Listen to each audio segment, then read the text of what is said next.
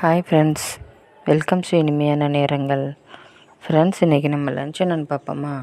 பாருங்கள், இது ஃபிஷ் ஒரு முரல் ஃபிஷ் வாங்கியிருக்கேன் ஃப்ரெண்ட்ஸ், 1.5 kg.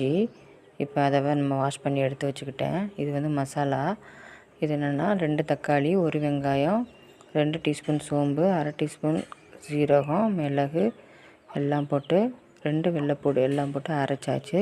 தேங்காய் இருந்தால் தேங்காய் ஒரு 5-6 சில்லு நறுக்கி அதையும் போட்டு அரைச்சிக்கோங்க. வேண்டானா விட்டுருங்க.